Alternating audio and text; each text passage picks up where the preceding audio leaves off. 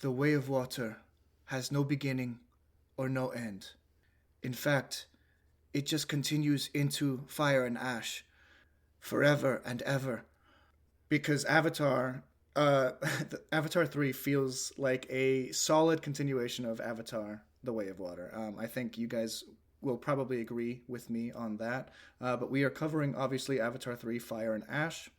And I'm very excited. Welcome to episode 146 of Project Geekology. I am one third of your hosts, Dakota, and I'm joined, as always, with Anthony. And I think I watched the wrong Avatar because mine consisted of four elements, magic, martial arts, and a flying bison. So, yeah. Well, this movie, the movie that you're supposed to see, actually has all of those things. It just doesn't have a flying bison. It has like a flying like jellyfish thing. Um, but yes. You're close enough. You can probably follow along with the discussion, even though you watched the wrong Avatar. But yes, joining us as always is Rich. Wait a minute. We're not talking about the wrestler that was played by Al Snow in WWE Avatar? No, we are actually. Oh, You're right. I mean, I hope so because he is really cool. I don't know if you guys can. I'm so old that I Googled it on my phone and I'm showing it to them through the screen. He wears a delightful red and white gear. He's got a mask on. So I loved him. I thought he could have been better, but anyway, I guess we could talk about this other stuff. I'll see what I can do to remember names. It's been, I don't know if you guys have been on the interwebs, but it's like these names from this movie, other than Jake Sully. It's just, it's impossible almost to decipher. I had to watch the movie no less than 3 times this week before I was able to remember Mother. It was tough. Which mother? Awa or Wea. I don't know what the name is. I can't remember. I believe it's Awa, personally. No, so for those of you not clued in on Rich's joke, Rich's humor, Rich's new 2026 humor, because this is the first day of 2026 and first episode of Project Ecology of the year. Rich is referring to a post on Twitter that I made yesterday. It's basically a week ago, some guy, a prominent film Twitter guy, basically, he was saying something not negative about the film, but negative about film in general, and generalizing Avatar in that bracket. Basically, he was suggesting that because, there's a scientific reason why people can't remember the names in the Avatar movies outside of Jake Sully, and it's because modern movies don't use names as often as they did in the past. And I immediately clocked this as just complete bullcrap. Because I've seen this movie a bunch of times at this point. I knew how much these characters say each other's names, whether it's in action scenes or in heart-to-hearts or just when they meet each other. It's nonstop. So after watching it 3 times in theater, I took to the high seas. I'm not proud. I'm not proud to admit this. I think you could probably hear that I'm sick. I'm sick to my stomach with myself because I did this. I downloaded a cam rip, and it was the worst thing, and it was the worst experience of my life. But I pushed through it. I tallied every name use in the movie. Over 330 name drops in this movie, way more than most films ever even dream of. It's almost nonstop. So let's be clear, people. If you don't remember the names in these movies, it's either because you're not engaging with the story well enough, or it's a skill issue. It's usually my issue is usually the former. I'm when it comes to these movies, I'm more engaged with like how well it looks than like the actual story itself. I mean, the story's okay. It's got cool action. I like the action, but Avatar, it's not the only thing that it's breaking ground on really is the technology, but not the story itself. But I'm gonna push back on that later because I disagree. But you have a bias though. I mean, yeah, we can get to it, but I mean, let's be real. A lot of this stuff has been used in other things. I mean, of course, yeah. No, there's no original storytelling. Right. It's But just I think that it gets too much credit. I guess, like, a lot of people are like, oh, I like the story, but it's not brand new. sure, I can agree. Wait, with who that. has bias, Anthony? Just to clarify. Dakota definitely has bias in this. In this? In Avatar, All right. yeah. I'm just sorry. Well, can I say something that I don't know? Maybe off. We should mention things like this, but Absolutely. I tend to have a slightly different viewpoint, Dakota. That I didn't want to discuss on Twitter, and I'll discuss here. But this idea that, like, because I was reading a lot of internet about the movie, and people are saying that it doesn't have this cultural impact, and then I saw, maybe it's because of what you were sharing or you were responding to, people talking about how the names aren't memorable, right? Or they can't, and you just can't remember the names. And I just wonder, like, Star Wars had a lot of character names, right? Game of Thrones had a lot of character names, right? Is this a product of the names not being anglicized? Oh yeah, that's definitely part of it. I have a friend who I went to see it with the other day, who's from Brazil, and really likes these movies. They didn't know any character other than Jake Sully. Obviously, they knew the characters. They knew, oh, Jake's oldest son, Jake's youngest daughter, blah blah blah, but they could not grasp the character names other than Soraya, which is the daughter of the Mekaina tribe, the one that Loak likes. The only reason they could remember that name is because in Brazilian, Sereia is mermaid, and she's like a mermaid. So Oh yeah, that, it's names that she identified with as anglicized, and from her culture she was able to remember. But otherwise, she was completely lost to these characters, even though she claims to really like these movies.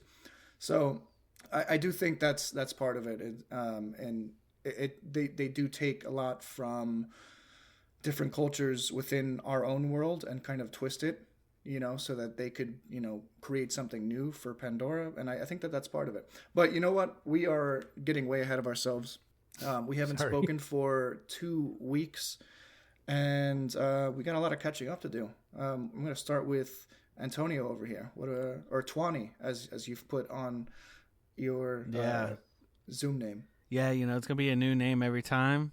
Well, every time I remember. Okay. I might not always remember to change it, but yeah, man, it's been a couple of weeks. This is gonna be the first episode of the new year, and it's literally we're recording it on New Year Day. So yeah, we kind of took a little bit of time off, which, I mean, this time of year gets a little crazy, or that time of year really gets crazy. So now we're in the new year. The beginning of the year is usually kind of slow. So, it'll definitely be easier to, we'll be back to our recording schedule and whatnot. And yeah, I got some stuff. I showed Dakota and Rich. I got some like lapel mics or the Rode like micro lapel mics, and I plan on using those for when I go out to conventions and whatnot. And I want to be able to kind of get some like maybe like interviews and whatnot. I mean, maybe it would be awesome to get interviews for celebrities attending there, but obviously it'll be just anybody like on the show floor, maybe some of the vendors, about their experiences, and kind of get that captured. And maybe I can get like a more full episode for whenever I do those convention episodes. And I have started obviously we've seen Avatar, and I started watching the topic of our next episode, which is going to be Twin Peaks. So yeah, Dakota is putting us on that. That's what we're going to be watching. So I started that, How far did you get, by the way? Well, I started it last night, so I watched a little bit of the first episode until like I started getting like, dude, like after like midnight, I just like I started getting exhausted, and then I finished the first and then like the second episode today, and so I'll probably watch the third one after we're done recording.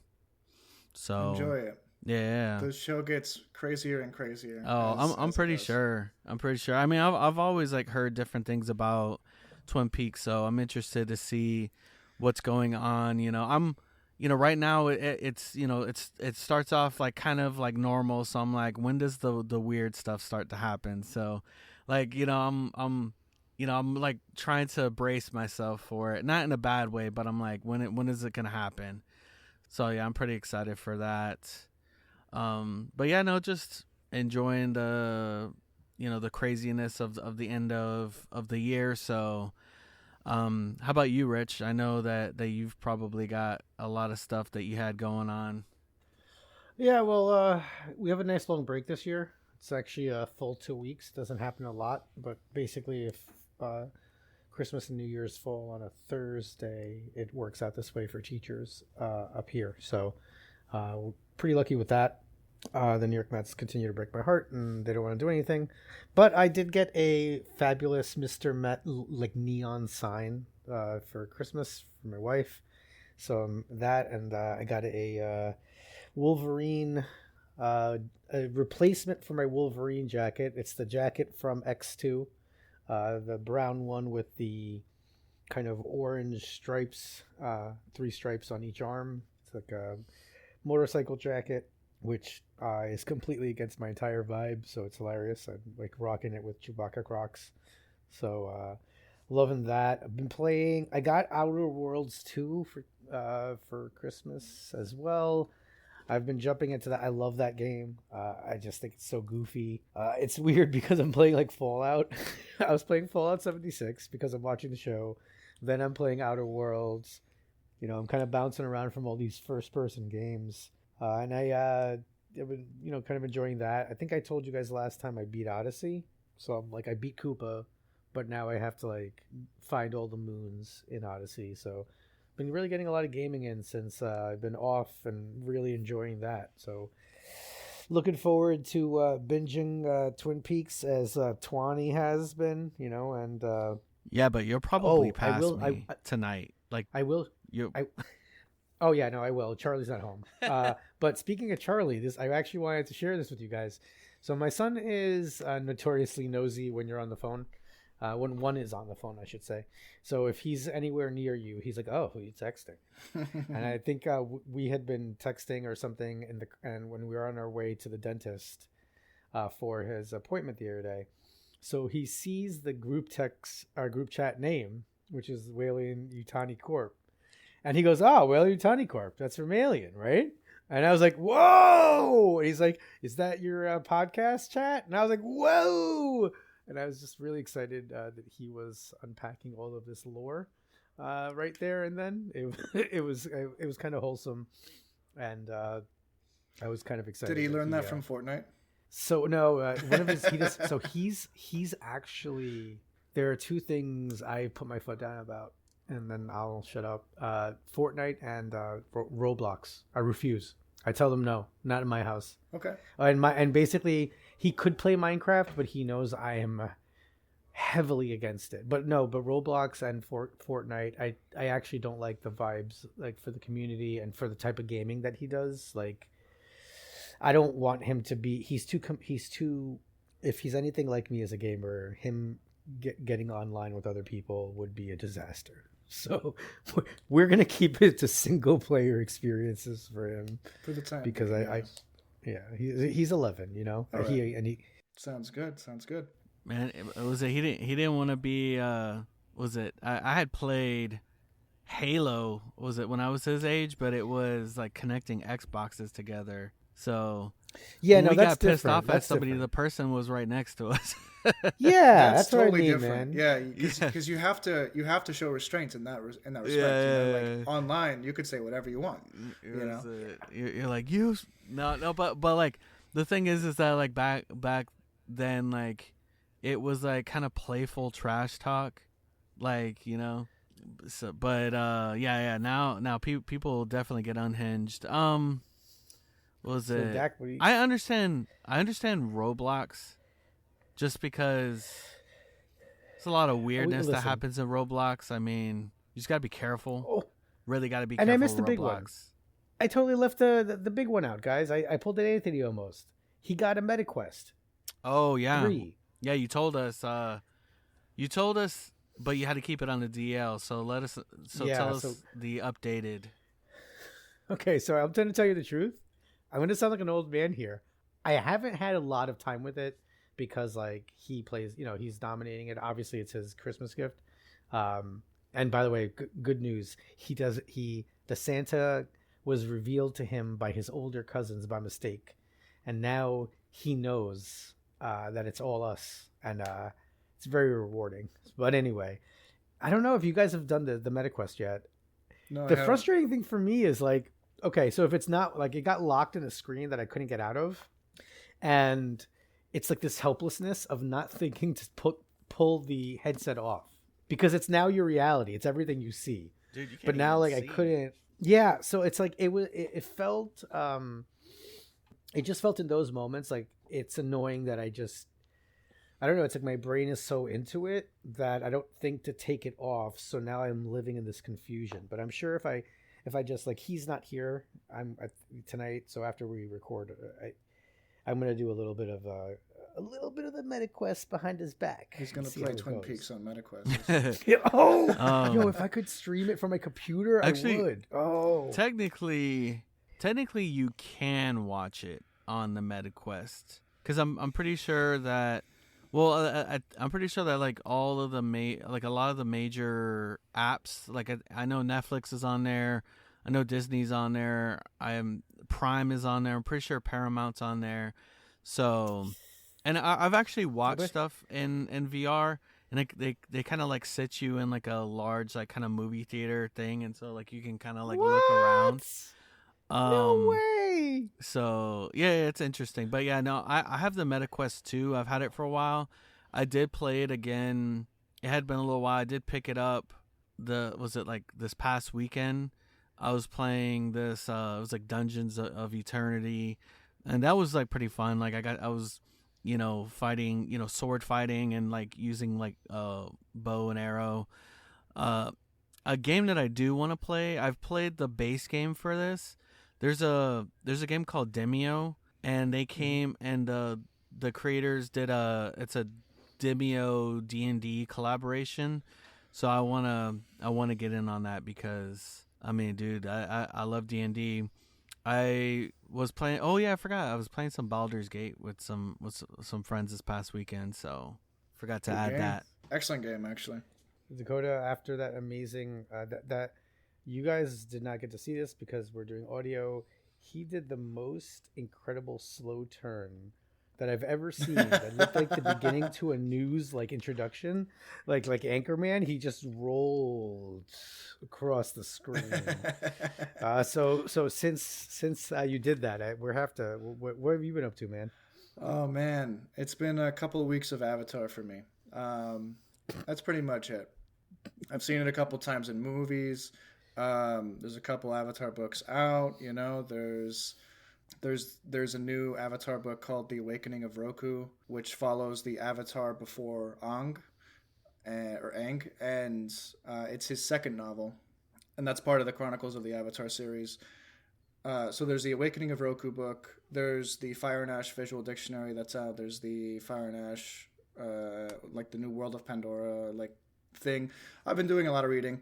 I also like finally finished the base main game of Frontiers of Pandora, so that's been cool.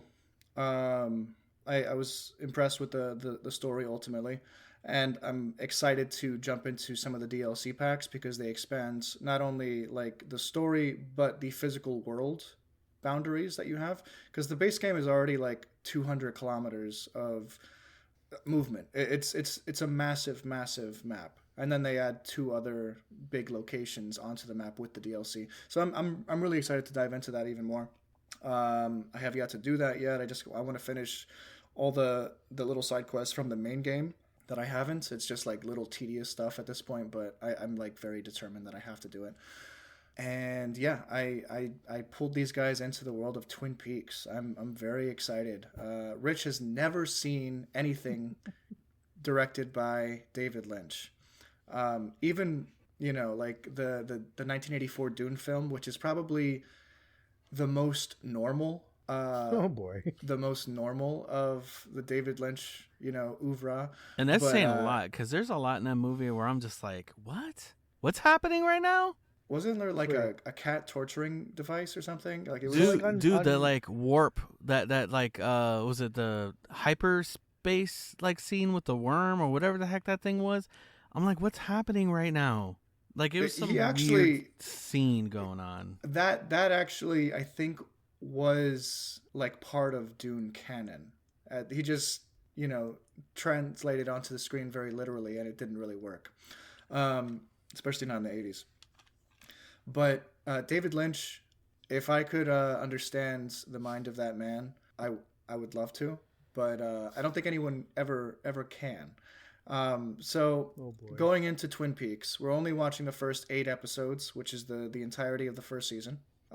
We're going to be trying to discover who murdered Laura Palmer. And the whole show kind of revolves around the murder of Laura Palmer, the people around her in this small town of Twin Peaks. And it's one of those shows that, like, if you look up cult classic TV shows or top 5 cult classic TV shows, it's always either in position 1 or position 2 on every list you'll ever find, just because it is that insane of a show, and just people love it to death, because the more you watch it, the more you just like, you love the characters, you love everything that's going on, but it leaves you with so many questions and thoughts that you'll never really get it out of your mind. So I'm excited to do season 1 of Twin Peaks next week. It's only 2 seasons. Actually, there's a 3rd season, but it came out 20 years later. And maybe one day we'll cover that, but that's a different story. That's called the Twin Peaks: The Return. Not the Lost Season or something? I saw something while I was looking things up. I could just be wrong. Yeah, I don't remember exactly. I know that there's 2 seasons that came out in the early 90s. There was a film that came out to like wrap up the Laura Palmer story, and that's maybe what I'm thinking about. Yeah, Fire Walk with Me is what it's called. And then there's Twin Peaks: The Return, which came out 20 years later. Yeah, so it's a lot of content to cover for next week, but I'm ready for it, guys. I will do all of that content for next week. You are stuck to 8 episodes, sir. Yes. No jumping ahead. We are 64 episodes, baby. Nope. Shackling you to the ground. Dakota, I need you to freaking shackle this man, okay? Shackle him. Oh, I will. Yeah, no. As soon as he, you know, watches these episodes, I'm cutting off his internet. I'd be so pissed. Oh, Dakota's just like watching him like through the basement window, and then like as soon as like the 8th episode's over, he's just like he cuts the internet line. Oh my gosh, that'd be crazy. I'll have to fix it before we record next week, but yeah. Yeah. Guys, let's jump into the topic at hand. The Obratar. Obrigado. Guitar. Yeah. So James Cameron has released his 3rd Avatar film. The first one came out in 2009. Second one came out 3 years ago in 2022. And now this is the 3rd entry in his series. And by tomorrow, they are... they're anticipating that this is already going to hit like $1 billion worldwide. It's just a juggernaut. It was always going to be a juggernaut. You know, it's these are the biggest films ever. So it's like people doubt him. Why do you think it took them so long to release the second one and not so long to release, like, you know, between 2 and 3? They filmed 2 and 3 together. Oh, okay. And so like got separated. Okay. Yeah, 2 and 3 was originally meant to be one film. It was originally meant to be The Way of Water, and then they realized the 3rd act of The Way of Water could be its own movie, and they made that into The Fire and Ash. And yeah, that's basically how that film came about, and then they decided to film them back to back because the kids would be around the same age in both films. And I Oh, that's a believe, novel approach. Imagine if other series would do that. but do they have James Cameron money? It'd be like strange. It'd Well, be a strange thing for them to do. That would be a strange. I've heard of Stranger Things. so do you think it's going to be a long time until like the fourth one comes out then? That's a tough question. Yeah, that's a tough question because I think Disney is going to make him do it, but I think James Cameron is kind of in a weird position where like he has kind of already told most of the story that he wants to tell. And with the death of his close like creative partner John Landau, I think he wants to pull back and do something else a little bit because John Landau was like the reason Avatar got off the ground, and he died in the creation of this movie. You may have noticed like after the credits, or after like the Miley Cyrus song at the end, there's the James Landau like send off screen. Basically, it's in tribute to James Landau, or John Landau rather. And yeah, so we're not really sure if he wants to do it, but considering the response that this one has already received, because like he was talking prior to the movie coming out, like if this one doesn't do well, it'll be the last one. But if it does, who knows? So I'm pretty sure like we're gonna get number 4. I mean, he should have known. Oh, he knows. Yeah. Yeah, come on. Supposedly they did already film the introduction to the 4th movie, but there's gonna be an 8-year time jump. Or like some places say 6 years, some places say 8 years. There's going to be a time jump between 3 and 4 where the kids are going to be adults. As far as why it took so long between Avatar in 2009 and The Way of Water in 2022, ultimately he was building new technologies. If you go and watch the on Disney Plus, there's a 2-episode documentary called, I think it's called like Water and Fire, the making of the Avatar movies or something like that. Mm-hmm. If you watch those, it's fascinating because they literally had to create new technologies and new methods of filmmaking to be able to even film the actors doing their performance capture stuff. Underwater, because most of the all of the underwater stuff that you see in these movies is literally the actors underwater. They had to like teach these actors how to hold their breath like divers do. So Kate Winslet, who plays the Sahik of the Metcaina, the woman Ronal, the pregnant woman, Kate Winslet was underwater without a mask for over, I think, like 8 or 9 minutes. Like that was the record for a cast member being underwater. Yeah, they learned how to like hold their breath for like extreme lengths of time for the making of this movie. It's actually the craziest thing ever. Jeez. Yeah, it's crazy, man. Once you've been in a James Cameron movie, you'll most likely been in another one or two. Oh yeah, if you watch where's Leo at, man? I know, right? If you watch Terminator 2 and then go into Aliens, like so many actors roll over. Oh yeah, both of John Connor's parents roll over. Bill Paxton was in. Bill Paxton's in it, like in a really random scene. There's a whole bunch of actors.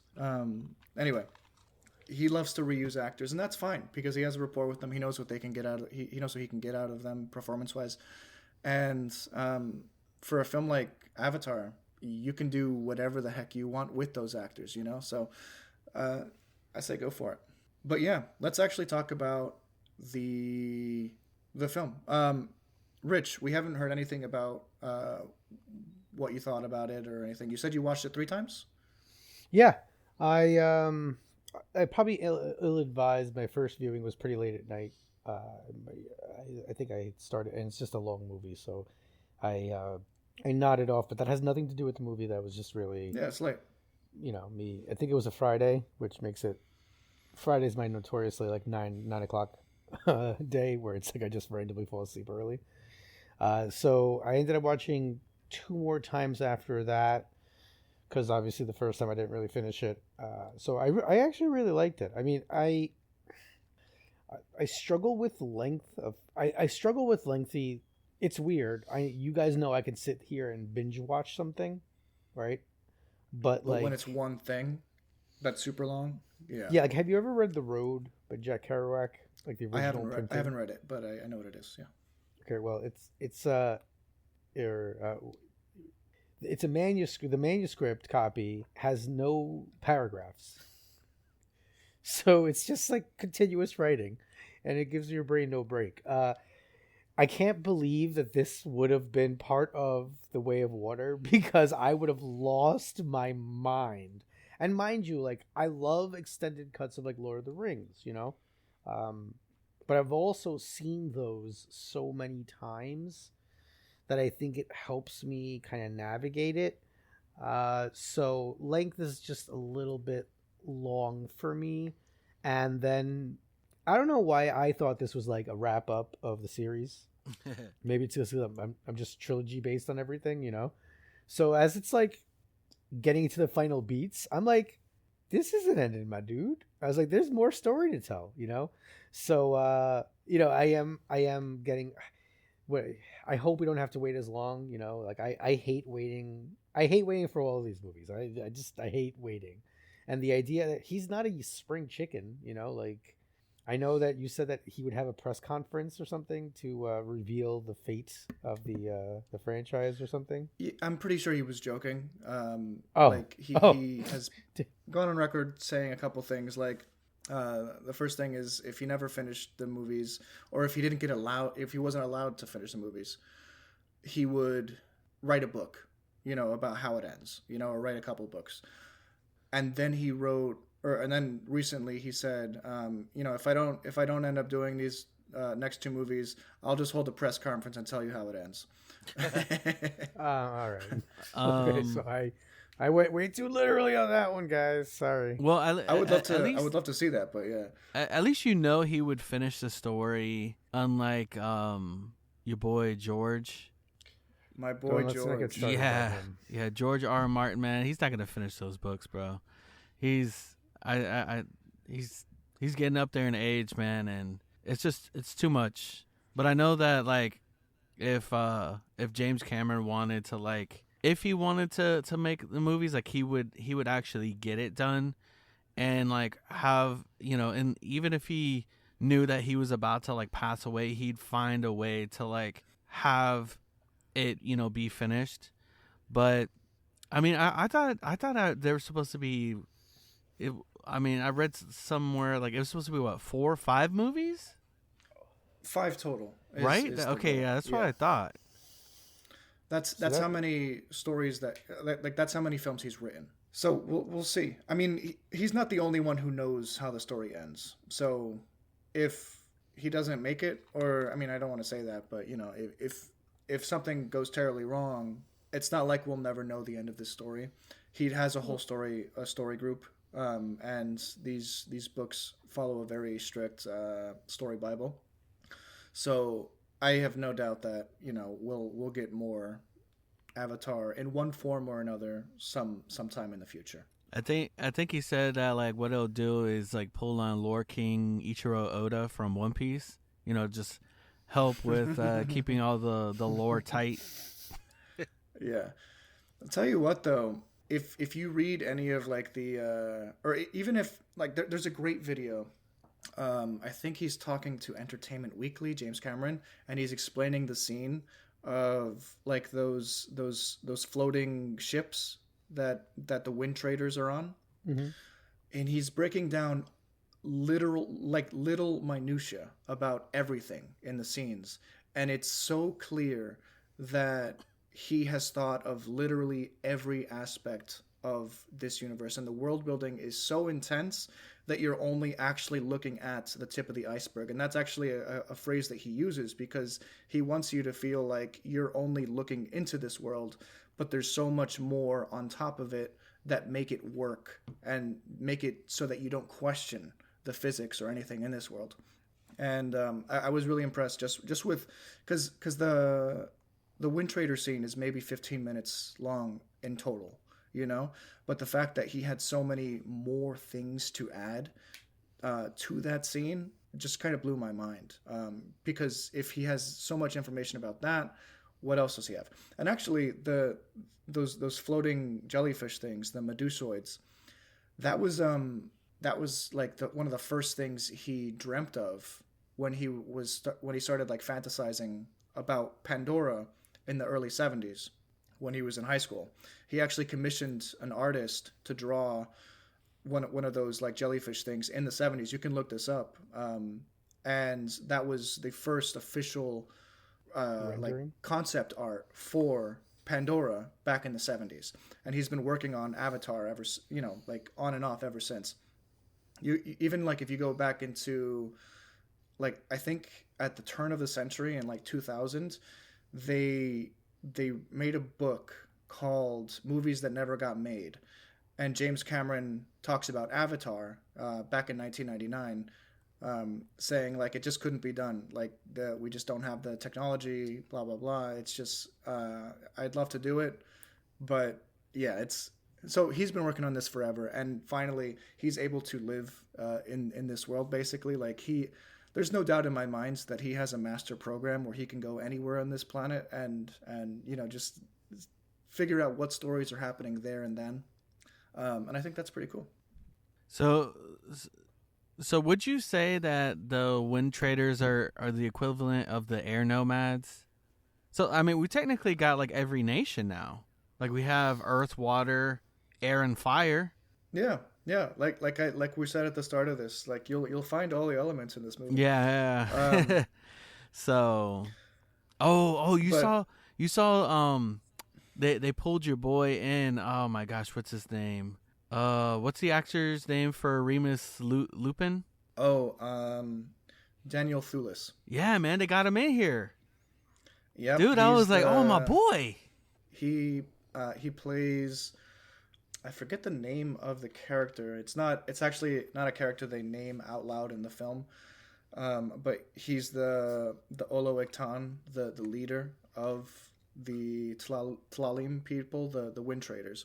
And they visualized his face really well in avatar form, I think. Like it looked just like him, just blue. So yeah. Did you like seeing him, Rich? Or did you even recognize him? So it's hard sometimes as you famously remember, I completely didn't know that it was still Riley as the voice of the character. Oh yeah, Anthony. Like he did not know that was Sigourney Weaver playing Kitty until the podcast that we made where we like revisited. Really? Like I mean, you can kind of like see the facial structure. I don't know. Just what like happened. younger, it's like you make like a lot younger. Listen, please, if you the viewing, I guess the listening audience should know this about me. If you paint yourself blue, I just don't know who you are anymore. I'm doing it. I'm doing my it. own Next mother podcast, I'm gonna be blue, and you're gonna be like, he "Who's gets that face guy?" blindness. He gets face blindness. To blue face blindness. He's like, it's bad. So I paint myself blue, and I might as well just be John Cena. You can't see me. Yeah, I mean, essentially, yeah. Oh, yeah. We didn't even. I'm not even going to touch on the fact that John Cena retired, had his last match ever. All right, and it was an abomination, I will say. But this is not a wrestling podcast, so I won't do that. Can I ask a question that makes me probably seem pretty stupid? The Giovanni Ribisi character, I thought something had happened to him. Like, didn't he take on heavy fire in Way of Water or something? No, he's not. He's not in. So he is in Avatar: The Way of Water, but he's only in a flashback. Oh, it's okay, all right. So thank you for. I think, and even though I watched it again, like I just wanted to ask somebody else for a second because I'm like, I remember. I think that's when I realized I was sleeping the first watch through. I was like, what? I'm like, I don't know. I'm like, something happened to that guy. I forget his name. Selfridge. Yeah, he's not a very memorable character in terms of like naming and all that. They only name him once in this movie. Yeah, he's like a jerk. So yeah. I was like, I was like, oh, it's the jerk guy, Like I like him. I almost think that he's a better he's a more enjoyable villain for me than Sturridge. Then Quaritch? Quaritch, yeah. I just mixed their names up. Like Quaritch is great and like dastardly, but like I like how one note. I almost enjoy how one note Selfridge is. Oh yeah, like he's almost like ridiculously stupid to the point like he doesn't care what anything does so long as it makes money. They start explaining like the mycelium network that's like built itself up in spider that allows him to to breathe the air, and he's just like he's just like wait, there's something living inside him. And they started explaining it. Shut up, can you do it again? He's the worst. He's absolutely the worst. That whole mycelium thing, I mean, I'm so interested to know. So Cameron's been thinking about this for years and years and years, right? Yeah. And I mean The Last of Us is completely built around this mycelium, like the idea of mycelium spreading, right? And then it's such an important part of this movie. I'm not accusing either one of ripping each other off, but I just think that it's kind of wild that if you look and you go, two really large franchises over the last couple of, let's say 5 to 10 years involve the same kind of important plot point. I see what you're saying. I thought it was like you had freaking was it Quaritch that he hated the people of Pandora, and then like by the end of this movie he's like literally shacking up with one. But I mean that's such a Vietnam thing, right? Like they hated who they were killing. And then... No, but when Jake Sully was like, are you seeing? He started to see.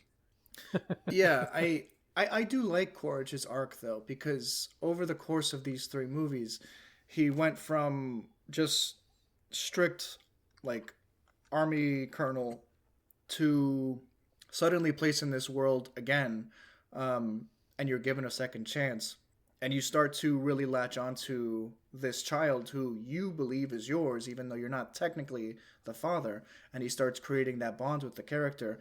And in doing so, and looking for Sully and everything, he's bonding with the world more and more. He does the Igni Maya scene where he connects to a banshee, and he that's a huge like almost like spiritual moment for Na'vi characters. Like this is like a once in a lifetime bond. So he's making these connections as the story progresses, and he stops wearing shoes at a certain point. They even like kind of focus on his feet on the steel floor in the building, and it's starting to show that he's not the same character anymore. And then when he eventually takes that final leap into basically making a marriage betrothal to Varong, and connecting the RDA and like his forces with the Manquan clan, the Ash people, he completely loses himself and his identity. He still believes, or he's still working that mental gymnastics of I'm still playing for the same team, but he's really not. And I think that's part of the cool part. Man. Like he was like painted up and everything. Yeah. And General Ardmore is like beating him up for it. Like you still remember what a uniform is, do you? I mean, you could tell there was a lot of like reluctancy. Also, like he was battling. Like you said, there was a lot of mental gymnastics happening. Because I mean, before he actually brought in Jake, I mean, he could have brought him in, but like he helped him out a couple of times, and like I don't think it was. I think it began as like an ulterior motive, but I think it became genuine over time. You mean like helping Jake, or just helping Jake, because he saw that Jake was trying to help his quote unquote son, and right. It's like it wasn't like I'm gonna like he could have easily like in that moment taken Jake after they escaped, but no, I mean he let him go. Yeah, so that's a good point, and that's one of the better scenes for me, is when he realizes that he needs Jake's help directly after capturing him, and in so doing, he has to release him to basically save the life of his son, Spider, and yeah, I think that his character is super strong for me.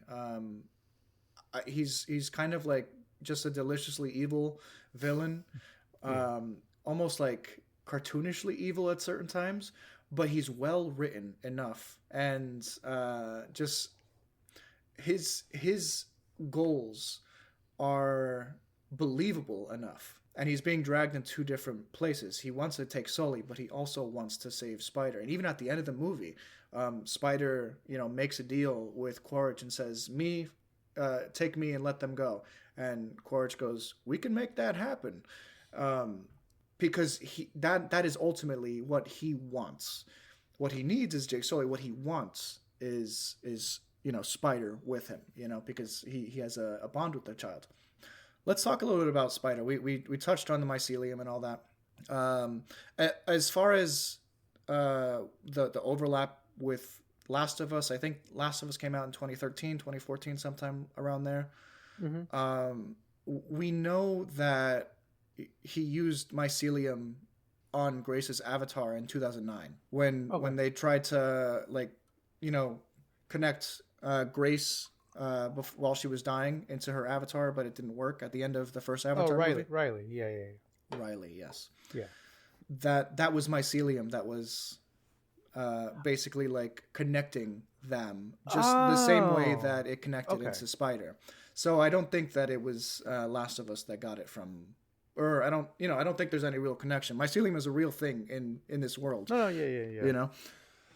So yeah, it also, kind of like opens the door as to like what exactly is Awa. And there's a new theory that it's kind of plausible. I don't know if I like it, but it's a plausible theory that Awa is actually this giant planet-wide fungus that gives people what they want. If you want to see your dead loved ones, I'm gonna give that to you. You just have to, keep living with me, keep me moving forward, and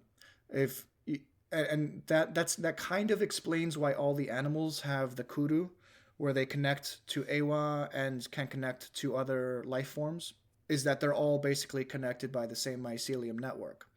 So that is the new theory of what Awa is, but I think it's too simple, and it's not cinematic and epic storytelling in the way that James Cameron likes to tell them. And I think this is literally James Cameron's, this is the god of that world, I don't think that they're probably one and the same, but I don't think it's as simple as it's a fungus trying to survive, so it, takes over the brains of every living creature on the planet, Well, it may not be the fungus, but I do believe it could be like a planet-wide network, in the same way that, like you said, that how the animals can connect with Awa and with other living beings.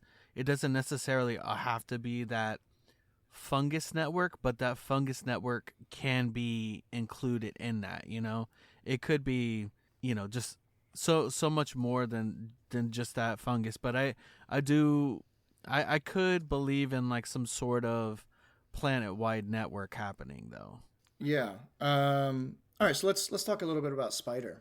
At the end of The Way of Water, Spider saves Quaritch's life, and it's one of those interesting moments where you assume that it's going to be this huge, pivotal story moment when everyone finds out that Spider was the one who saves Quaritch's life.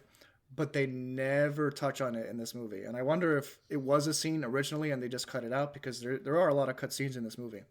But do we like that they just kind of kept that moving forward, or should they have brought that drama up? I've left you both speechless. Yeah, could you rephrase it for me? So in the second movie, they laid up a storyline. The storyline being, or not a storyline, but they laid up a character thread that they could have pulled on in the third film. The story thread would have been the Sullies finding out that Spider saved Quaritch's life, which is why they're still in danger in the third movie. But they never find out that Spider saved... They know Quaritch is alive, but they never realize that Spider did it. Maybe it's... They still have time. Yeah, I mean, it's the only thing that... He seems too thorough for that to not come up later. Yeah, and that's why I'm thinking it might be a deleted scene, honestly. There's a couple, like, if you watch it a couple times, you start seeing kind of, like, there are certain holes in the narrative that aren't plot holes, but, like, they're jumps in logic that the characters don't make on screen. So, like, there's one part in this movie that I feel is pretty egregious about that. Quaritch says, you know, like, we have one more play, but it's a risky one. And then the next scene is him going over to Varong of the Ash people and, like, trying to make a deal with her. But we never learn how Quaritch knows where they live. We never learn how Quaritch knows that she's good at finding people. We never, like, basically all the research that Quaritch did to find her and realize what she is good for, we never really get any of that. It's just a jump in logic that, like, this lady is going to be able to be the one to help us, you know? So there was clearly some deleted scenes there, and I'm sure they're littered throughout this movie because, remember, this is a 3-hour and, like, 15-minute movie. There's so much that is in this, and there's so much that they probably removed. Like, one of the best scenes in this movie is the one where Quaritch is in the tent with Varong and he's having that, like, trip and he's like, "Ooh, that's some strong stuff." I love that scene so much. It's so crazy, and they do it so well, and it's believable. But, like, that whole scene plays out, and you start to see the shift, but where, like, Varong has the upper hand versus, you know, eventually Quaritch has her full attention, and that's one of the pivotal scenes of the movie. Basically, like, his editing team, James Cameron's editing team, they kept cutting that scene out of the movie or, like, shortening it. And Cameron was just like, if you cut that out one more time, you're all losing your jobs. So there's a lot of stuff that's cut, even potentially really good stuff. So, yeah. Don't know, man. Did you guys like it? Yeah. I think it's always, like, a good time. I mean, I think the world is cool.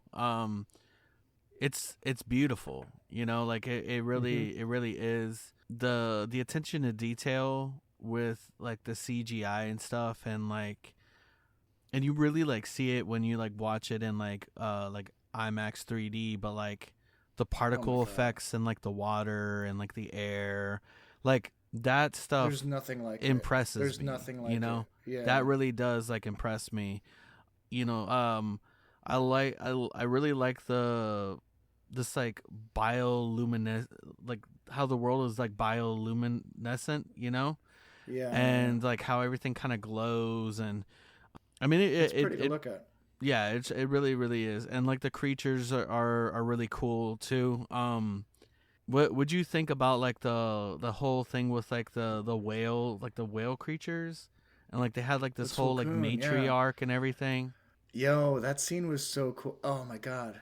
In the theaters, that scene where the like the elders, like, come up out of the water and they're talking, but, like, the vibrations of, like, their whale noises, it was insane in the movie theater, dude. Bro, it was shaking. It was shaking. My whole yeah, dude, I was dude. shaking like a. I thought I was in 40X, and I wasn't. Oh my god, the bass was crazy. It was like being in a concert. And that's actually part of it. These movies are event films, you know, in the sense that when they come out, everybody goes to see them in the theaters. Like, it's just, there's no comparison to, like, when they eventually get home releases. Yeah, they're nice looking, but it's not even half of the experience that you're going to experience in the theaters. And it's not just the 3D. It's not just the variable frame rate that you receive in an IMAX theater. It's It's the attention to detail for even like the minutia of everything. And it's not just like 3D slapped onto something either. It's filmed with 3D in mind so that it's as immersive as possible. It feels like you were watching a movie in VFR, basically, you know? Yeah, Or not yeah, VFR. yeah. In Like I liked how it looked like you know, like the particles, like you were kind of in the water. Like it was almost like yeah. it was almost like 3D return to form in a way, but not in the campy. Like for a while 3D was like you were kind of looking into a window, whereas like back in the day 3D used to like kind of pop off the screen. Now these movies, it's kind of like a blend of both, where like you're kind of looking into a window, but sometimes that window kind of it you know, something from that window comes into the theater, you know, and that's where some of the world, and like I said, you're in the water and some of the particle effects, it felt like it was like actually in there. And that was always the thing with Avatar. It's not like gimmicky 3D. It's immersive 3D in the sense that it makes you feel like you are present on Pandora, and that's part of the joy of seeing these films on like the biggest screen that you can. Is just that there's no, you'll never have that experience again once it's past the theatrical window, which it's going to be in theaters for months now. It's going to be in theaters until it hits, you know, well past 2 billion. But there's just something about it, you know, like watching The Way of Water at home is great. I love it. It looks great on my screen. These movies are beautiful, but without the high frame rate that the movies are intended to be watched in, without the 3D, without the scale of an IMAX or a Dolby Cinema, you're only getting a portion of the story. Honestly, like this is you're only getting a portion of Avatar. Yeah, and I think I love that, you know. There's something to be said about the way James Cameron approaches these films, and you may not like the story, you may not want him to continue making these movies, you may not want any of that, but there's no director out there alive who is doing as much action with as much heart in equal measure. You know, like there's scenes where it's gonna punch you in the gut. There's scenes where it's like heavy on the action. There's scenes where you're gonna cry because you're basically experiencing the lives of this family trying to survive this epic saga, basically, and you're going for a ride, bro. And I think that's the coolest thing. Like there's no director doing anything like this. Right. I feel like everybody else is trying to do things that are too safe, you know, like they're trying to they're trying to, you know, whereas, you know, I do appreciate somebody that has like a, you know, like a visual of like a world they want to build, and then they actually put that world out, you know, but like I said, man, like the visuals are some of the, you know, some of the coolest things, like the world, the floating mountains, like everything in it looks beautiful, you know.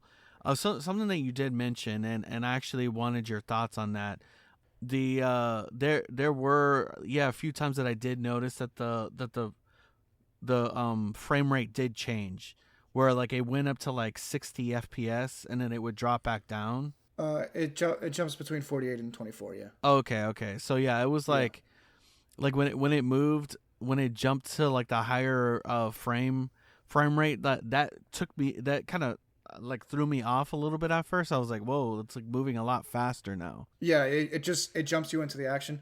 My only desire is that these were just straight 48 frames instead of 48 to 24, because what I'm very susceptible to is I get used to the 48 frames, and then when it's a slower scene it looks jumpy because the frames they double every frame after that point until it's a 48 frame scene. So typical cinema, for those of you listening, is 24 frames per second. That is the cinematic quality that like most films have always, used in terms of like there are 24 pictures for every second of a movie, that's just standard. So 48 frames per second would be double that. And that allows the screen to move more fluidly. And a lot of times that doesn't look good in cinema. And there's a reason it doesn't look good in cinema, is because that it almost looks camcordery, you know, like it makes it look like a video game. It makes it look like something else. But in 3D, it actually heightens the 3D dimensions quite a bit, because it makes the 3D much more fluid, and it doesn't, you know, it causes less strain on the eyes. This is actually like scientifically, you know, studied, and like supposedly James Cameron has gone through and like made these adjustments so that this doesn't cause any eye strain over the course of 3 hours, and also, you know, allows you to be in the moment more and more. But my issue is when it jumps back down to 24 frames for a second or two, I can see the frames slower and it looks weird. So that would be a criticism that I have for these movies. I will say that I do appreciate not feeling, like that eye strain of, like, you know, of wearing or like watching something in 3D for 3 hours, you know, because like, you know, I've used like VR and all that stuff, and like after a while, man, like you just get kind of, I know it's a different effect, but like you're still like viewing something differently. And I know, you know, I've watched things in 3D where it's kind of like, ooh, like you kind of get a bit of a headache, but you know, I appreciate it. I didn't really like feel that. Yeah, you don't really get that with Avatar. Yeah. And you know, I mean, that would suck, because, you know, like you got to sit there for over 3 hours, and you're like, oh, my head is hurting and I'm halfway through, you know? Yeah. I like the presentation of these movies quite a bit. I think that the idea of making each of these movies event films where the draw is to see it in the theater, it keeps theaters alive. You know, it keeps these theater chains moving forward. And I think that that's the most important thing right now. And in a year where some of the biggest movies of the year have underperformed tragically, you know? Who would have thought that Fantastic Four would be not a flop, but, you know, if in any other setting, it wouldn't get a sequel, you know? Like, obviously it will get carried over because it's Marvel, and that kind of raises all ships, but if it was a standalone thing, that would not move forward. I think that's what the problem was, though. Just kind of the current state of Marvel, and I think that's what didn't really help out with that. But don't disagree. And especially, I mean, like we covered we covered what do you call it, Captain America 4 earlier last year, and you know, we all were kind of but yeah, no, it's, you know, I guess it's I saw that in theaters. Good. Right? I saw that in theaters, guys. Good for you. Honestly, good. I do think that even if like the movie is bad, I'm a big proponent of supporting theaters as a means for the proliferation of art and this medium. You know, I think that that's like a big part. What? Even New Rock City. Even New York City. Oh, okay. So I got to talk about that story. It was absolutely insane. I was so pissed off, guys. Opening night. So tickets went on sale a month ago, whatever it was, for Avatar. I was so excited, dude. I bought at 9 a.m. on the dot the first tickets for the 7 p.m. showing at New Rock City IMAX, a huge screen. Second only to like the Lincoln Center IMAX in the city. It's a gorgeous spot to watch a movie, and I've done it for I did it for the last couple Avatars as well. And dude, the moment we sit down, I'm like, why isn't anything playing? I know we were there early, but like usually there's like trailers or like, you know, just random commercials playing or whatever. Nothing was playing, and then like it starts, but there's no picture, and then it's like playing out of sync, and then all the lights turn off, and then it starts over. And dude, the power, they had like 4 power surges were theater or multiplex wide, not just like my theater auditorium. It was the entire theater at New Rock was losing power, and apparently Con Ed was doing service like around there that day, and they did not tell the theater. So opening night of the biggest movie of the year was a total flop, and they had to refund everybody. It was brutal. So I only made it like 20 minutes into Avatar Fire and Ash, the opening night, before I walked out. It was just unwatchable. I know another theater you like is Alamo Drafthouse. They didn't have anything going on special for that movie. So Alamo is great for just watching movies. It's not really great for Avatar in terms like there's no IMAX theaters in Alamos. There are bigger screens, but they're not, and they have great projectors and everything like that. But it's a different experience. So I wouldn't go to. I did go see The Way of Water there one time back in the day, but I wouldn't go back there for Fire and Ash. I don't think. Unless I was just like, I'm in the area, I want to, sit down and take a nap while watching something I like for 3 hours. I would do that. But I'll be 100% honest with you guys. Sometimes for me, like the problem with Avatar, like, obviously we talk about seeing in the theaters, and that's what everyone wants to do. And I'm, the worst because I didn't. But part of it for me was honestly the one was the runtime. I've spoken about how my wife doesn't particularly like the movie. So then I was like, I could bring Charlie, right? But then he's gonna watch 6 hours of preamble before we can get to the theater, and I just didn't think I was going to be able to get that all in, and sometimes like Captain America last year, I saw it was in theaters during Christmas break. That's also a big deal. When a movie gets released, I think helps a lot, and then I get FOMO. So like I could have waited till this week, and gone to see it in a properly nice theater, but I was like, I gotta see it. I gotta see what happens. I gotta see what happens. And if that urge overwhelms my ability to attend the theater, I will watch it by any means necessary. I know. I'm a villain. I know I'm a villain, guys. Where's that lady from Game of Thrones? Shame. With the bell. Shame. You know what? When one of you two guys we have a Game of Thrones actress in this movie. Is there anybody else but Varang? Oh yeah, Varang was that was cool. Yeah, Varang is great. I don't know. I don't think so. I don't think there are any other overlaps. Okay. Although she doesn't last long in Game of Thrones, but unfortunately. Spoiler alert, man. If you haven't seen Game of Thrones and it ended in like 2017, we are past the we're past the embargo.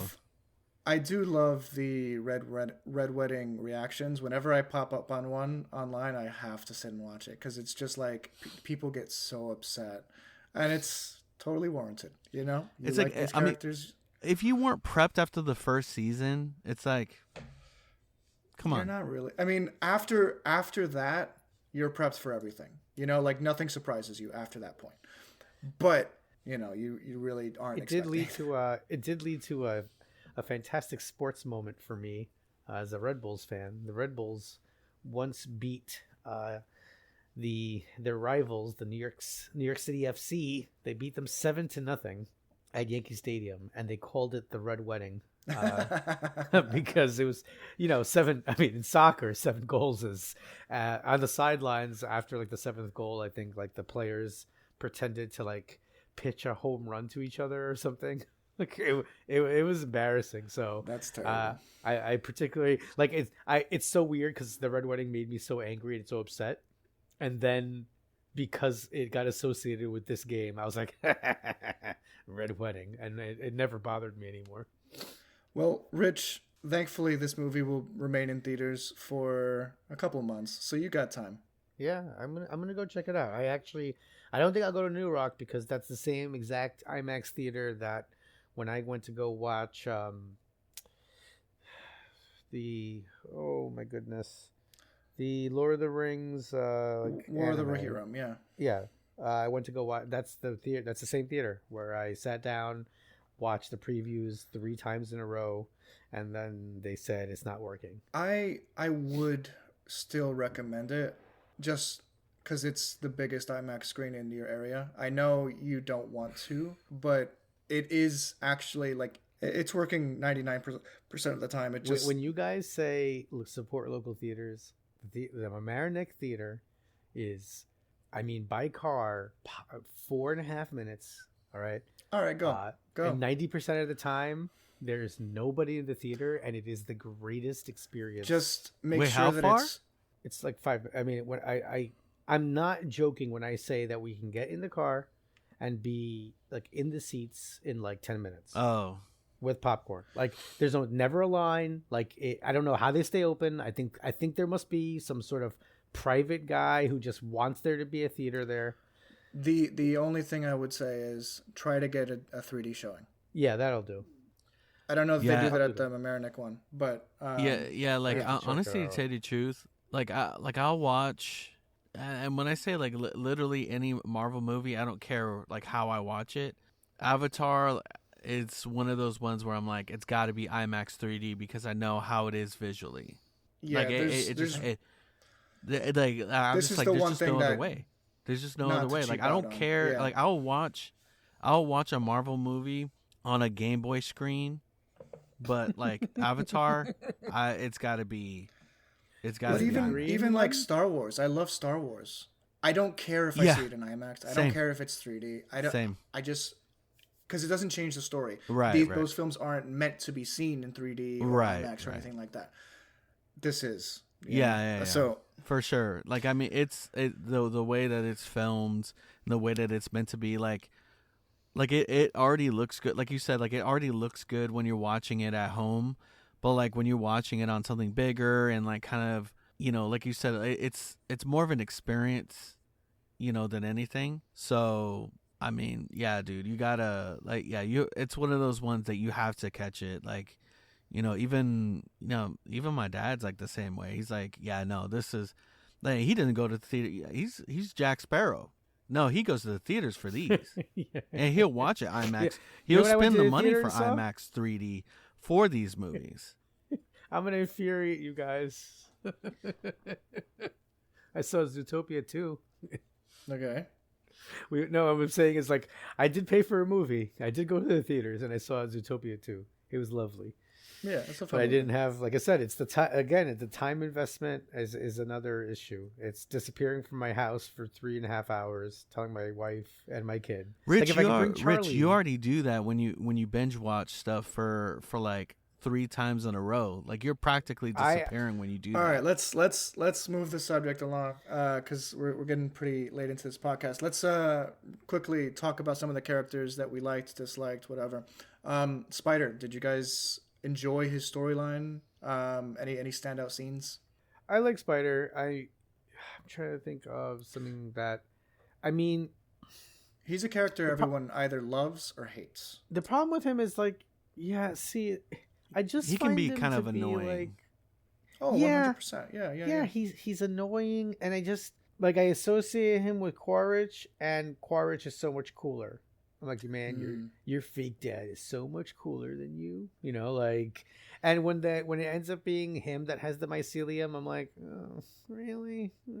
That guy? As opposed to who? I don't know. It should have been Grace, man. Should have been Grace. She should have. Oh, okay. I see. You know. Yeah. All right. But no, I mean, yeah, I think that's what he's just not as interesting as other people. I don't like hate him, but like I'm not gonna put him in my top 5 like Marvel, you know, sidekicks. Anthony? Yeah, I would agree. Like I'm not gonna sit here and be like I hate him or anything. You know, I kind of understand, you know, his like existence. You know, he's kind of like you kind of feel bad for him because, you know, like he cares for the Na'vi, but like, you know, he's not one of the Na'vi. But sometimes he can be a bit annoying, you know? Yeah. I don't know. It's just like, it's kind of like, you know, go away sometimes. But. Right. On a technical level, what they were capable of doing with Spider. Incredible. Is just unbelievable because this is an entirely computer generated world where you have to put a normal sized person playing against people who are 1.5 times his normal size, you know, like, so like the capability of making that look normal throughout the entire movie with seamlessly, like there are no seams in this movie. It's amazing. It's true movie magic. I'm so impressed with what they're doing with Spider. As far as the character goes, yeah, I agree, he can be annoying, but charmingly annoying, if that makes sense. Like, I don't dislike the character, I actually like the character, and some of like the corny acting and stuff is almost charming to me. So I don't hate him in that respect. I will say one of my favorite scenes is the scene that Jake Sully decided that he's got to go, you know. And it was like the Abraham and Isaac scene. Yeah. You know what? I got a lot. I caught that. I was watching it and I was like, Dax got this. I was like, I don't even need to bring it up. So I'm glad you remembered to bring it up, because when that scene happened, I was like, Dakota is like, oh my God. I was bawling my eyes out. I legit felt that scene hit me so hard, because like, I know that Jake loves this kid. I know that Jake wants what's best for this kid, but the restraint it took to, you know, actually go 99% of the way to killing this kid, you know? And it was the part where Spider goes, I know I have to go to AWA now, but do you still love me? And he goes, with all my heart. Oh, dude, I was a mess. Every time I watch it, I'm just like, I can't believe this is actually like a thing that's happening in a movie in 2025. It's Dakota, it's such you know? a strong scene, bro. Like, I just wanted my boy to channel his inner Anakin, man. I was about to be like, Sheev, like, do it. Nah, I was playing. No, it was like a heightened, you know, like emotional moment. But I did catch like the Abraham and Isaac of like parallel, yeah. Oh man, it killed me. Beautiful scene, beautiful, and also like that was the turning point for Neytiri too. Like, she's washing the red paint off of her face, and she's looking at her hands, and it's all bloody red. And she's she's trying to wash. It's almost like symbolic that she's trying to wash the blood off of her, and she's unable to. So she runs into the forest to tell Jake, stop. And that's the first time she sees Spider for who he is. You know, it's not just he's a human, he's bad. This is someone they've lived with for 15, 16 years at this point, you know, that Jake almost killed. And that's when she says, which is the most powerful thing a Na'vi can say to someone, is, I see you. You know, it's more than I love you. It's more than I care for you or anything like that. It's, I see you. It's basically like, I understand and I respect you. And that's the first time that she ever did that to Spider. And I thought that was so, that was like the cherry on top of the cake for that scene. So that might be my favorite scene of the movie. Right. And she had like a heightened level of like hostility towards him, especially because, you know, it's on the heels of what happened in the last film, you know, with Natam's, her son died, you know, and so it was the humans that caused that. So like when you see this individual that's obviously connected to these people over there, it's, you know, she was having a hard time separating, you know, like that. No, he's different. There's another great scene with Neytiri actually, where Jake Sully basically calls her out and says, you hate all the pink skins. And then she admits it. She's just like, I hate their pink little hands. I hate the insanity in their minds. And the acting in that scene, dude. I know this is computer-generated graphics, but it's based on real performances. It's not just motion capture, it's performance capture. It's the entire body of the character being reinterpreted in this computer-generated program. And the acting in that scene, dude, it's next level, and it's some of the best acting I've seen in 2025 in general. Just like when Jake says you feel ashamed of your kids whenever they do something wrong, you think that that's the human in them, and she eventually admits that yes, she is, and then she kind of just breaks down. Oh my God, it's such a good scene, and the way that Sam Worthington, who plays Jake Sully, and Zoe Saldana, who plays Neytiri, carry a lot of this movie. Is just incredible. Another Neytiri scene is the scene where she breaks Jake out of the human prison. Crazy. What insanity, dude! Like, there's so many great scenes in this movie, and I really do want to talk more about it. But well, I do like have. They there's some people on the human side that was trying to stop that whole like genocide that was being planned. The Tulkun genocide, for the Calf Communion. We had Dr. Ian Garvin, played by your boy Jermaine Clement from. I know. I Flight seen of him. I was like, Conchords. "Oh, there's my boy."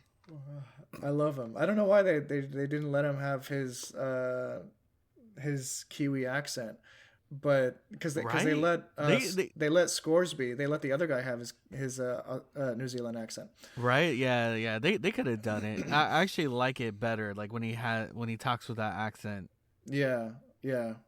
I guess maybe it would make people think too much of Flight of the Conchords, or like I don't know. Oh yeah. But yeah, he helped out. I'm glad that they didn't make it so that it's like all humans are bad. That's not the point of the movie. It's colonization and deforestation and mass killing for profit is bad. Like that's what they're fighting against. And yeah, final thoughts on Avatar: Fire and Ash, people. Oh wait, no. I got one more question. What'd you guys think of the revelation that Kitty is a clone of her mother, that she doesn't have a father? Everything. I'm gonna send it over to Rich. Been a little quiet. So I mean, I wonder if that, like, it's problematic in terms of like the culture. It's kind of like the problem that you kind of look at with Jake Sully, almost, that he would face, right? I mean, she's cloned from Grace was out. From but that's also not really an avatar, not really a Na'vi, so right. So she's even more of a freak. That's what she says. Yeah, I mean, and I think and it makes her.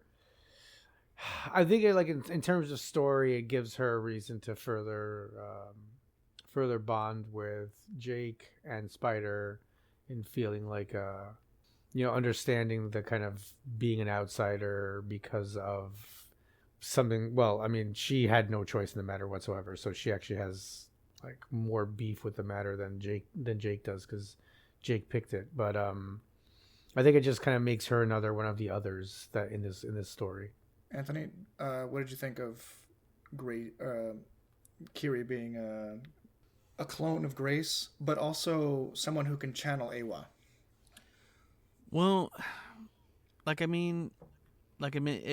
makes sense. And I guess that like it's something that should have been like outed sooner, because of like how much like she does look like Grace, So I'm just like, she would have found out like eventually, And I guess like her being able to channel Awa is just because it was rejecting at first, right? So it was almost like, I guess that was weird too. Yeah, the like body and the mind kind of being acclimated to it and like being accepted, like. So yeah, they never really gave us a reason why Kitty wasn't being answered. Like her prayers weren't being answered. Like it was almost like rejection. Well, I think, and not just ignoring. I think when the revelation hit, like that's why they were kind of like, oh well, this is you're getting rejected because you're a clone. That could be it. Yeah, actually, I like that. I like that a lot. But eventually, Awa heard. And help them in their final battle. What do you think about that the visualization of like Awa, like when she was finally accepted? Oh, of the side profile face kind of like turning towards her slowly. I don't really have a a strong opinion one way or 'Cause the we other. haven't I really thought it was seen a that. striking visual. No, this is the first. Yeah, this is the first thing that we've ever seen of like that. It was a striking visual, and it was a really good narrative cue that we finally got resolution to at the end. Basically, with the help of Spider and Took, she was able to eventually reach a. Oh, even actually, this that excuse me, that was a really cool scene because they're walking, and then they're swimming through the air. Like that was a really cool transition, and I don't obviously like I don't know how they did it, but it looks so good, and so much of this movie just looks so good. But yeah. Yeah, I feel like we're an hour 30 into this podcast, and I could continue to just regurgitate scenes that I think are like crazy good or whatever. Right, But right. I think we should start to wrap it up. Well, we still have like like Rich. another hour and a half to cover. We have to reach the length of the movie. Yeah, we can. Let's not, but we can. My voice is Let's not. my voice is gonna crap out on me soon. But yeah, Rich, final thoughts on Avatar: Fire and Ash. I'm willing to pay money to go see it in the theater, despite the fact that I've seen it 3 times already at home. Yay, we have sold Rich. All right, so that's I don't usually use this as a barometer for anything, but I am. I think you are doing yourself and your kid a discredit if you don't do this. Personally, I do believe that, just because your kid's gonna remember this. I remember seeing Avatar in 2009. I remember being completely blown away. This is that to the next level. So yeah, So yeah, I'd recommend it. I mean, the names, I don't know, but other than that, if they were just named like Billy, or Will the Wise, like then I would be able to really connect. No, but I thought it was I thought it was really fun. I don't. It's still not my favorite franchise. Yeah, that's understandable. It's still not Star Wars level. And I mean the world building is massive. I gotta give them credit. I do need some like Salacious Crumb, like extra facts. Just naming random people and giving me a full backstory and some sort of encyclopedia. I think that's what I need. Rich, I think you would really like Frontiers of Pandora because it does have that open world aspect, that quest line aspect that you tend to enjoy with It games. has that kind Red of Dead like, Redemption, kind it of is. look. It's like it's Red Dead, The Witcher. It's got that open world aspect to it, but in Avatar, like Pandora. You mean yeah? I totally want another game where I can sit down and do things that I could just do in real life, like go get done. But I don't. Oh yeah, you want to learn how to cook 50 different meals by collecting random objects and fruits and roots from around the world. I know I should have made this. I know I should have made this podcast longer, but my wife was asking me. She was watching me play something, and she's like, why aren't you collecting like those plants or whatever? I was like, listen, I don't get into the what is the alchemy stuff. I don't get into the potion making. I don't get into the crazy. Look, I made some Deathclaw Wellington completely by mistake in Fallout. I didn't search it out. Okay, I that's one aspect of these games that for some reason I'm just averse to, and also I dislike going to Stop and Shop. So I don't know if it has anything to do with one or the other, but fair enough. But I do recommend the game to you if you want to live in a world for a little bit longer. All right, thanks, man. Anthony, final thoughts on Fire and Ash? Yeah, man, it's visually stunning. Like we've been saying several times, this is definitely something that's worth going to see in the movie theater. Especially IMAX 3D. If you can't do 3D, because I know some people are like sensitive to 3D, definitely IMAX. Just enjoy it on a large screen. Yeah, I'm with you. Support theaters, because if they were to go away, we would miss out on experiences like this. You won't be able to see those Avenger level movies or Star Wars level movies. So yeah, man, go out there and watch and enjoy. I agree with that sentiment. The by keeping theaters alive, we keep cinema alive, and Avatar: Fire and Ash is a really great time. I really enjoyed it. I've really enjoyed going to see it a couple times now, and just living in this world a little bit longer. It's amazing what Cameron has thought up in terms of this world and the world building and the story that he wants to tell. And yeah, it may not be the most original story, but it still has a crazy amount of heart. It still has a crazy amount of action, and it never leaves you wanting. Like you're never going to leave this. You're never going to leave a Avatar movie saying there just wasn't enough of this. There's so much of everything, and I think that that's really cool. It's just one of those really fun times, and honestly, might be a top MCU movie for me. It might be top 3. Yeah. So guys, thank you so much for listening to us here for episode 146 of Project Geekology. Next week, we're going down to Twin Peaks. I hope you guys have either watched or will watch this Twin Peaks before we cover the show, because I guarantee you're in for a ride one way or the other. And yeah, I wish I could be present to watch some of your reactions to some of these scenes, because you're going to be watching stuff in Twin Peaks and being like, this is going to be important later. This is going to be important later. And it's not. It's not. It's just David Lynch being an insane person behind the camera. It is so fun, and I can't wait for you guys to watch this. I'll be waiting for the rich text.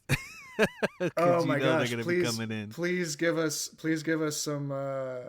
Just make sure that we're all at that episode, Rich, by the time you start watching and start. No problem. Yeah, I'll give a warning. Yeah, we need that commentary. It's gonna. Yeah. Anyway, guys, thank you so much. If you want to check us out on any of our socials, be sure to click down into our show notes for more. And we'll see you next week, or you'll hear us rather. Old Nati Kamaya. I see you. The Wolverine.